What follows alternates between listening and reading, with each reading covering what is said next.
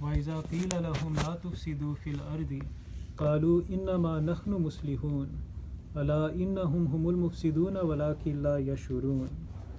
Chapter 2, verse 12. And when it is said to them, create not disorder in the earth, they say, we are only promoters of peace. Allah Almighty says that beware, it is surely they who create disorder, but they do not perceive it. In commentary of this point, Hazrat Muslim Maud Rizwan who explains that the hypocrites always attribute good intentions to their disorder. This is a pattern of behavior that is found throughout time in those who are guilty of hypocrisy. And what we find in this verse is that when the hypocrites are informed and are advised that they should not create disorder in the earth, and there were several ways in which they could have approached this and responded to it. They were doing something wrong, and in a way they had to have known that they were doing something wrong. They could have been silent on it. They could have denied that they were not creating disorder and stayed neutral. But instead, not only did they say that we are those who promote peace, not only did they say that we were promoting peace, but they added that we are those who promote peace. It's one thing to say that we do the action of promoting peace, but they attribute to themselves as being people who are those who promote peace. There's a couple of things that come clear in this way. One is that those people who create disorder and do something wrong, they almost always attribute good intentions to their actions. And this is something that we see consistently, not only in individuals but in societies as well. Just about every war that has happened in human history, which is the greatest source of disorder and death and chaos, has been done with both sides saying that they are only those who are promoting peace, they only want to do goodness. This also has to do with individual situations. Many times when we do something wrong, we get into the habit of rationalizing it, justifying it to ourselves, not coming to terms with it, and not only that, but convincing ourselves that it is actually a good thing to do. That rationalization and justification is something that is far more dangerous than anything else, because when a person loses their capacity to tell the difference between right and wrong, then there's nothing stopping him from doing wrong anymore. So the behavior of the hypocrites in this rationalization and justification is described in this verse. But also, the statement that is said to them and the way they respond is a little bit different. When they are told that they are doing something wrong, then it is their action that is criticized. They are said, "La tufsidu fil ard," do not create disorder in the earth. This is specifying something that they have done. It is not making a criticism against them. There's a difference between a complaint and a criticism. A complaint is when we object against someone's action, and a criticism is where we object against the person. So the believers are not described as saying here that do not be creators of disorder, because that's sometimes labeling someone with a blanket statement. It's not an ideal way of approaching things. It's only the action that is criticized. But the way that the hypocrites respond in this verse is that they immediately become defensive and they take it as a criticism. And they say that we are the promoters of peace. They don't say that what we were doing was promoting peace. They do not respond to the accusation against their actions, but they defend their own person. So it was a complaint that was addressed to them, but they responded to it as if it was a criticism. So this also is a pattern that is found, that when a person knows and understands that he is doing something wrong, and they immediately become defensive about it. And this is a defensive response from those who are hypocrites as described in this verse. They knew that they were creating disorder, and when it was brought up in front of them, they understood that they were guilty of this from the depths of their own intentions. And so their response was not a response to the action, because they didn't see it as an action. They understood themselves that they are those who create disorder. And so their response was to their intention and to their understanding. And their refutation was to say that we are the promoters of peace, because they understood that we are those who create disorder. So this verse describes that defensiveness that each person has within themselves when they are rationalizing and justifying their actions. And it gives us an insight into how it is that we can reform ourselves as well. The first point is not necessarily to correct the behavior if we are doing something wrong, if a person is making a mistake, but first to come to terms with what they are doing. Until a person is honest with themselves and until they have come to terms with themselves, it is not possible for them to bring about any reformation within themselves. Then in verse number 15 of Surah Al-Baqarah, Allah Almighty describes that وَإِذَا لَقُوا الَّذِينَ آمَنُوا قَالُوا آمَنَّا وَإِذَا خَلَوْا إِلَى شَيَاطِينِهِمْ قَالُوا إِنَّا مَعَكُمْ إِنَّمَا نَحْنُ مُسْتَهْزِئُونَ. That when they meet those who believe, they say, we believe. But when they are alone with their ringleaders, they say, "We are certainly with you. We are only mocking." In commentary of this verse, Hazrat Muslim Maud who explains that the hypocrites explain their hypocrisy to believers as promoting peace, and to disbelievers they explained it as mockery. And this shows their opinion of both sides of the spectrum.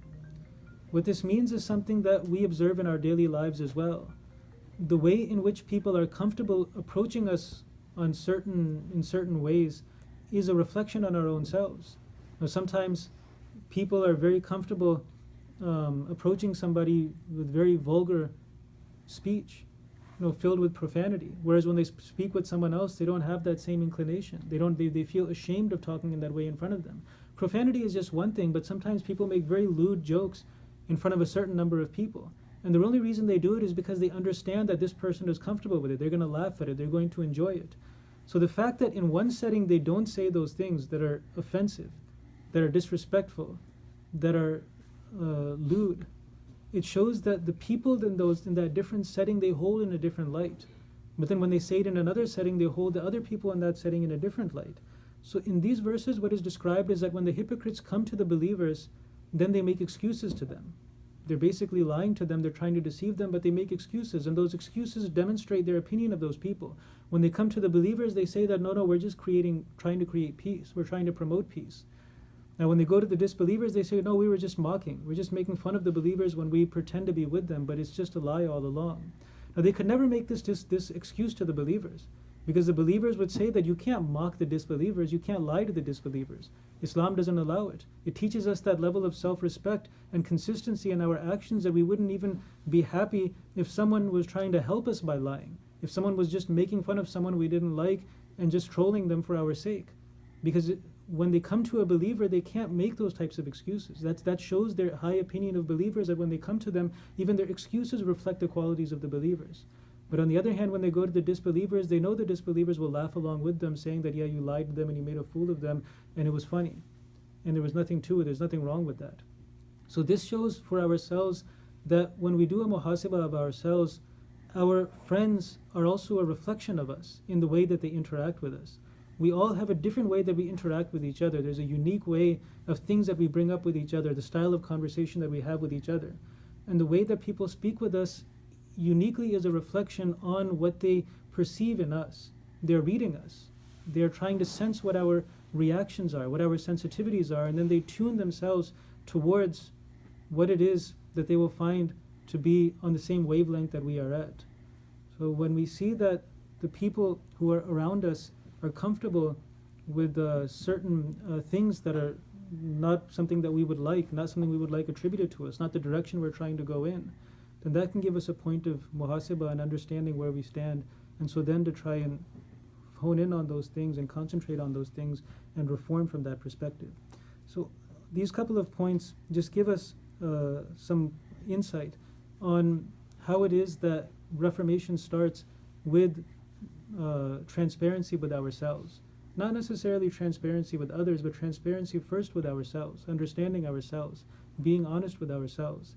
Then when a person is able to face themselves, they are able to reform themselves. And it takes a surprising amount of bravery to be able to face ourselves more than anyone else. Allahumma salli ala Muhammadin wa ala ali Muhammad wa barik wa sallim innaka hamidun majid. So I have a question, Marisa. Ji. Am I allowed? Ji.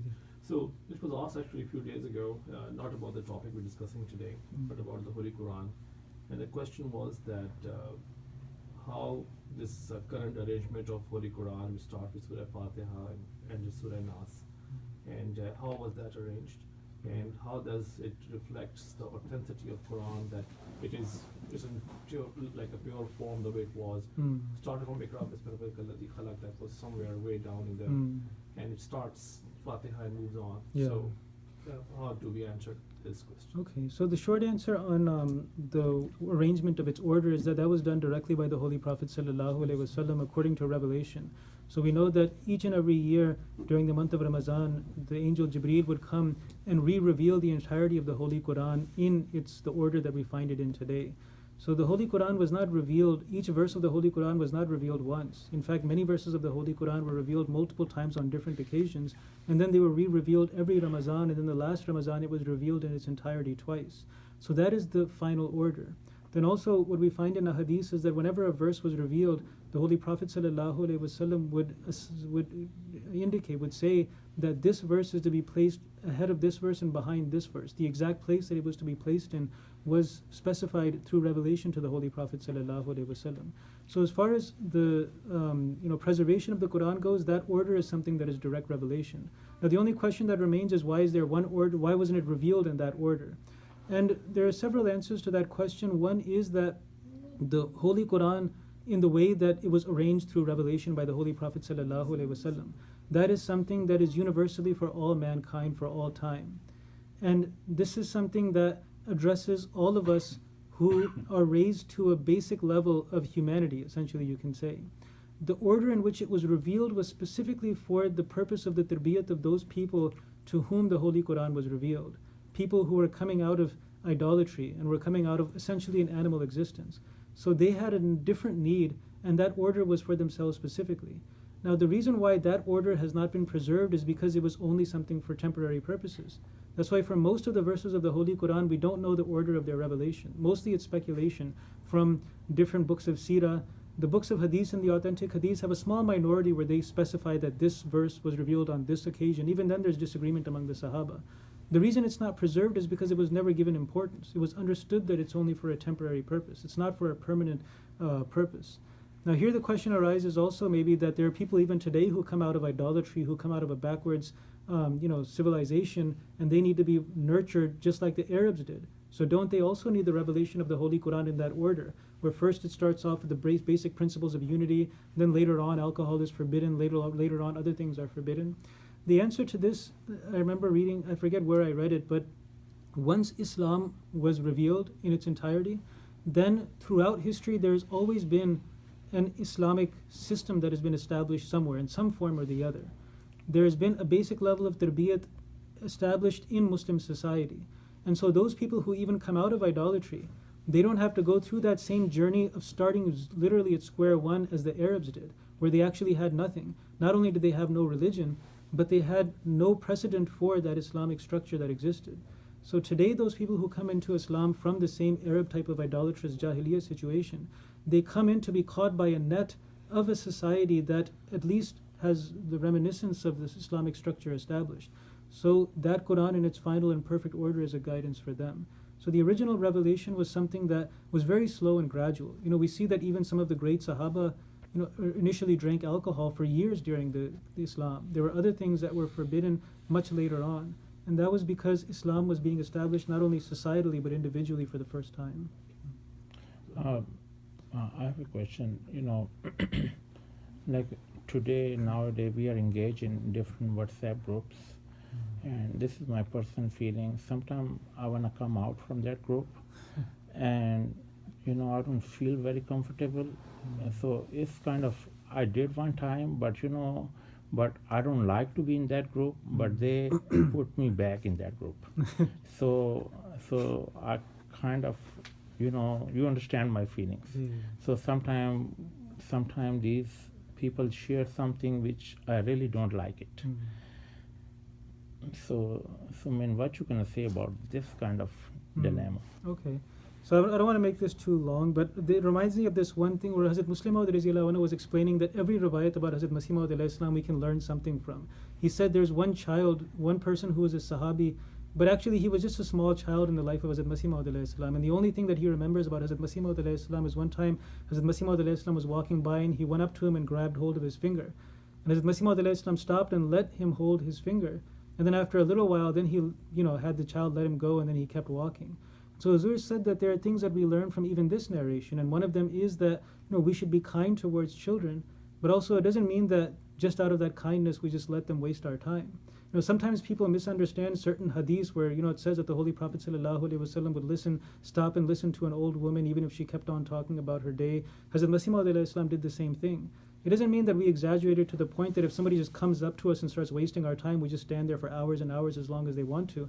politely we can say that, we can leave. We can say that we have other things to do. So also there's a certain takalluf or etiquette that comes up where people assume that if somebody's leaving a group, then it's somehow disrespectful, or maybe they're leaving angry, or maybe they were offended by the last comment. People start trying to read into it.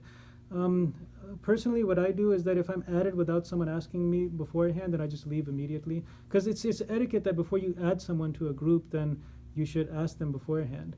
Now, in your situation where they just keep adding you back, everybody's different. I mean, I would just I would either message that person or just block them for a little while and then unblock them, because the thing is, I mean, if we don't I mean, people can get offended if they want to, but I mean, it was their fault initially at the end of the day. But I don't know. I mean, I've been kicked out of WhatsApp groups before, so yeah, it's tough.